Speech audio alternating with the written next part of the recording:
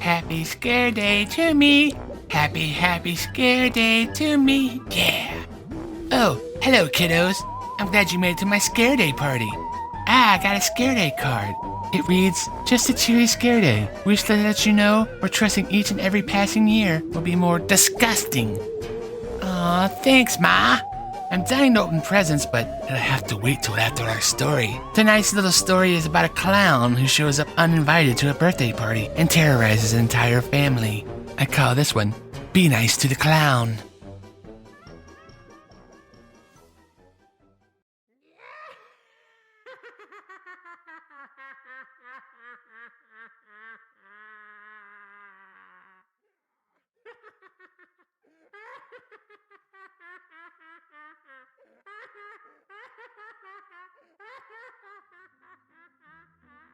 My family is cursed. A clown shows up at everyone's 10th birthday party, but no one ever hires one.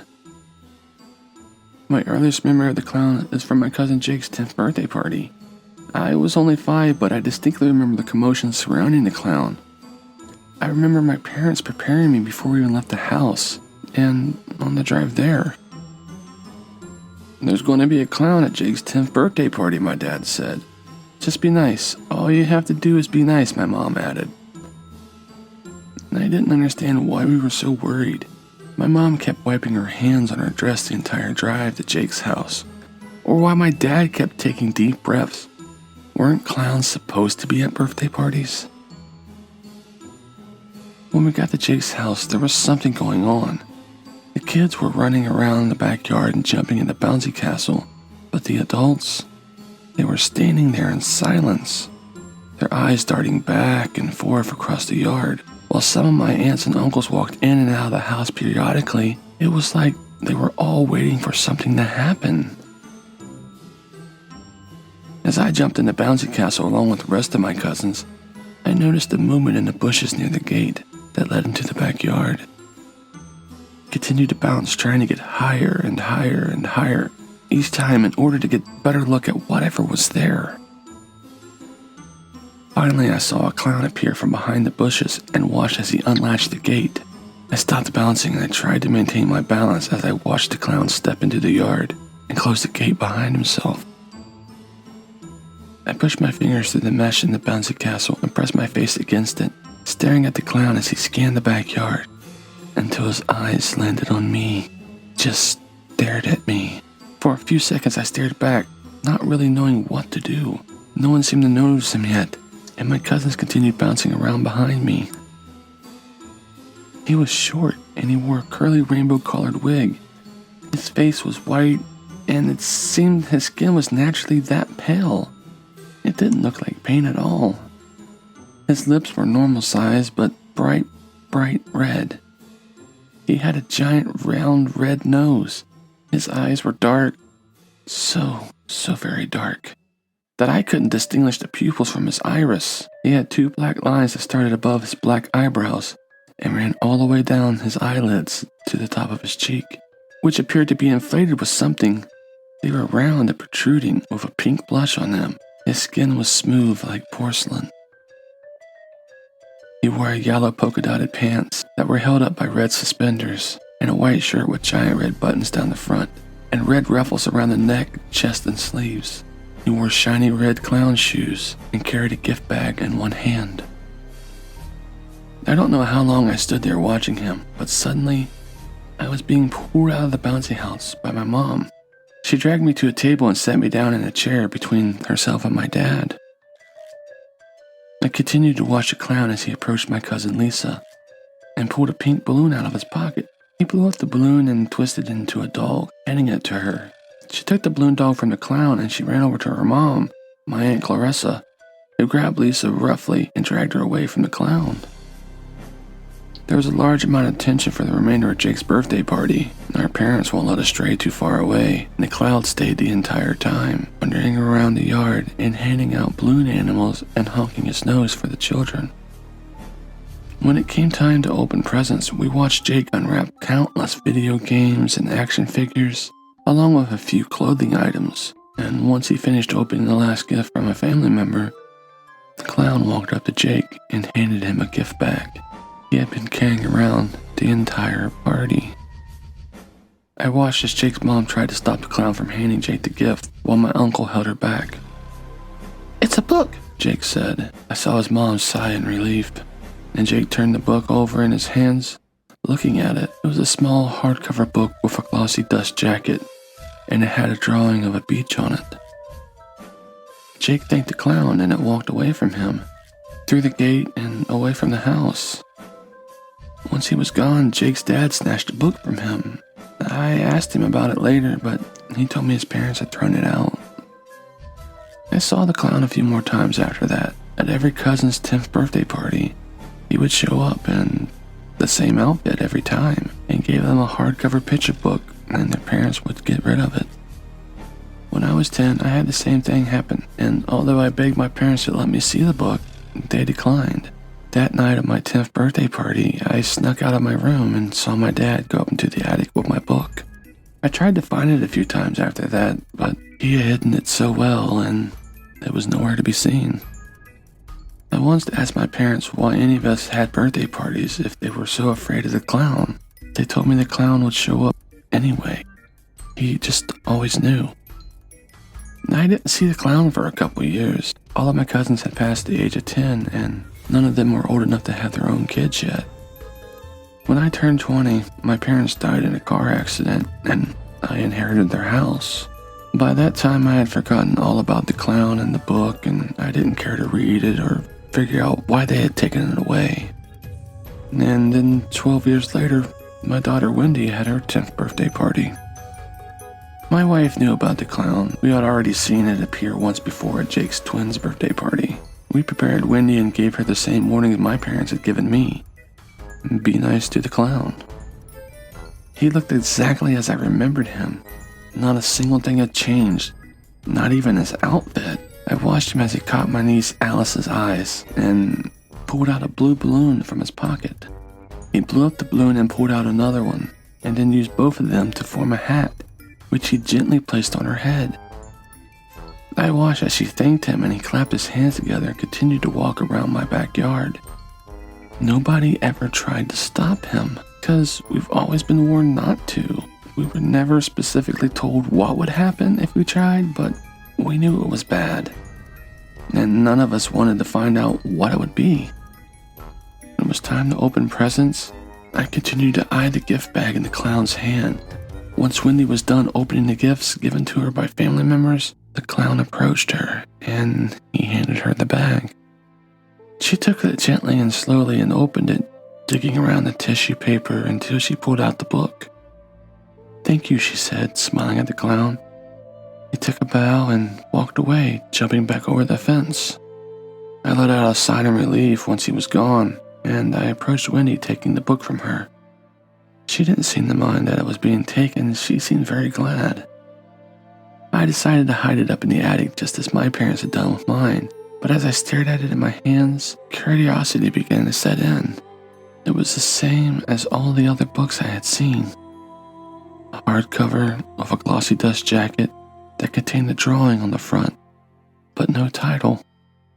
This one had a drawing of a girl that resembled Wendy standing in front of a birthday cake, about to blow out the candles. She had the same curly brown hair, green eyes as Wendy. I opened the book and I noticed the inscription on the inside of the cover that said, "Happy 10th, Wendy." The first page was blank, but the next page was where the story started. There was a drawing of a girl wearing a party hat and holding a pile of gifts. Under that it read, "Today is Wendy's 10th. How happy she is. Got every gift she wants, even things she don't need." I turned the page as I continued to read the story that depicted various drawings of a girl that resembled my daughter as she did various birthday party activities. Wendy laughs along with friends, and all of her guests are filled with glee. Wendy tries to sneak a peek at every gift that she receives. There was a drawing of Wendy with family and friends. Everyone was smiling and hugging Wendy. And then from behind the backyard fence comes the best gift of all, a funny, funny clown here to have a ball. And that page was a drawing of a clown as it jumped over the fence, grinning. Clown loves to party, and he loves the 10th birthdays too. He will never miss a chance to show up when he's due. The next drawing was of Clown in the center of the page, surrounded by black. But this birthday is a bit different. Something big is going to happen. The Clown is so excited. This doesn't happen often. And I turned the page to see the drawing of a clown running around the birthday party chasing the guests, who appeared to be very frightened. They'd been drawn with their mouths open and wide-eyed as they ran away from the clown. The next page had a drawing of a gleaming butcher knife, dripping with blood. A lot of guests must die, but don't worry, Wendy will be fine. The next 4 pages contained various drawings of a clown slaughtering people at a birthday party. Some had their necks sliced open, some were stabbed, some lost body parts. The clown has had fun. His job here is done. Happy 10th birthday to Wendy. He will see you at the next one. The last drawing was a clown jumping back over the fence, leaving a pile of dead bodies behind him. I shut the book as the chill ran down my spine. I realized why our parents never showed us these books, especially if they were all this creepy. I wondered why the clown would even give us these books. And I decided to do as my parents had done and get rid of the book at the end of the party. As I tossed the book on top of the fridge, I heard the first scream. I ran out the door and threw it open just in time to see everyone running from the clown. He was back, and he stood right by the fence with a butcher knife in his hands. On the ground next to him was my cousin Paula's child, Trevor, face down in the grass. I scanned the backyard looking for Wendy, but she was nowhere to be seen. All the guests ran across the yard, trying to get as far away as possible.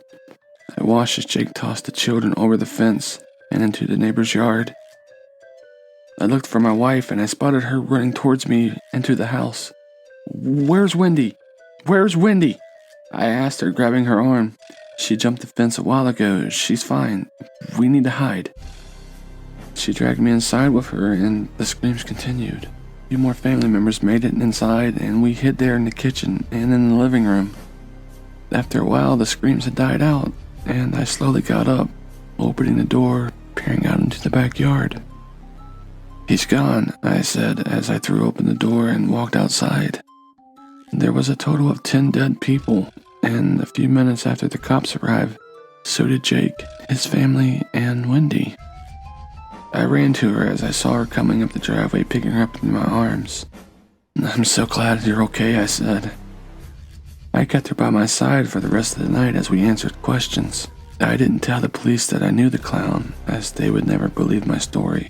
Instead, we all told them we had no idea who the clown was and that we didn't hire him. Hours later, everyone was finally gone. Wendy had gone to bed, and I went downstairs and helped my wife clean up. Once we were done, I grabbed the book from on top of the fridge and I handed it to her. "What's this?" she asked. "It's what he gave her, Rose," I said as she opened it. "Read it." I waited for her to finish reading the book. Once she was done, she tossed it on the counter. "What the heck? Did he plan all that? Is this supposed to be a stupid joke?" I shrugged. "Did this happen to everyone else?" she asked. I don't know. Our parents never let us see the books." "This is so messed up, David." We stood there in silence as Rose grabbed the book and gave it a disgusted look. "I'm going to go look for something," I said. I made my way to the attic entrance in the hall, pulled down the ladder. I slowly made my way up, each step creaking as I stood on it. When I reached to the top, I flipped the switch and the lights turned on, illuminating the attic enough for me to see. I dug through countless boxes and moved old decor and furniture around until I found it. The book had been given to me on my 10th birthday. It had been hidden under a cushion of an old chair. I pulled it out and looked at the drawing of my house, with a single light on in one of the windows. I opened the book and found a similar engraving on the inside that said, "Happy 10th birthday, David."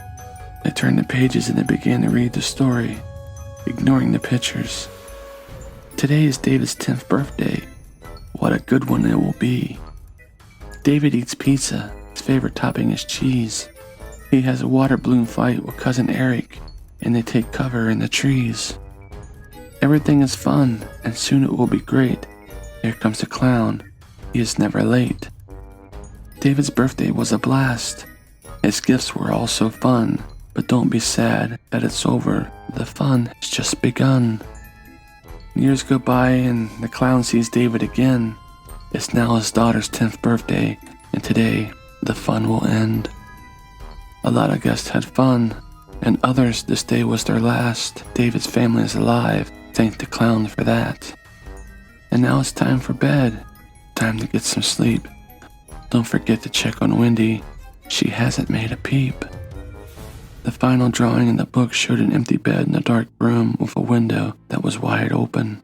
I stared at it for a second before it hit me. I tossed the book aside as I got a sinking feeling in the pit of my stomach. Something was wrong. "Wendy," I shouted. "What's going on?" Rose called. I didn't reply as I hurried down the ladder and ran down the hall into Wendy's bedroom.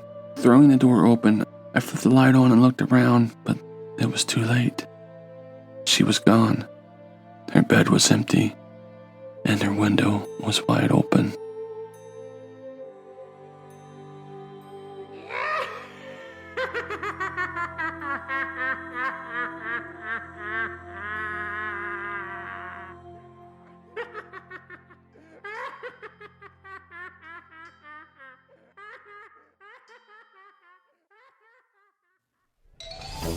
That David should have looked a little bit harder for that book when he was younger, and he might have been able to save his daughter. But he gave up easily, and now he lost her. Now that really takes the cake. Do you know how clowns cook their eggs? Funny side up! Ta-ta for now, kiddos. See you next week for some more Scala fun. And remember to stay creepy.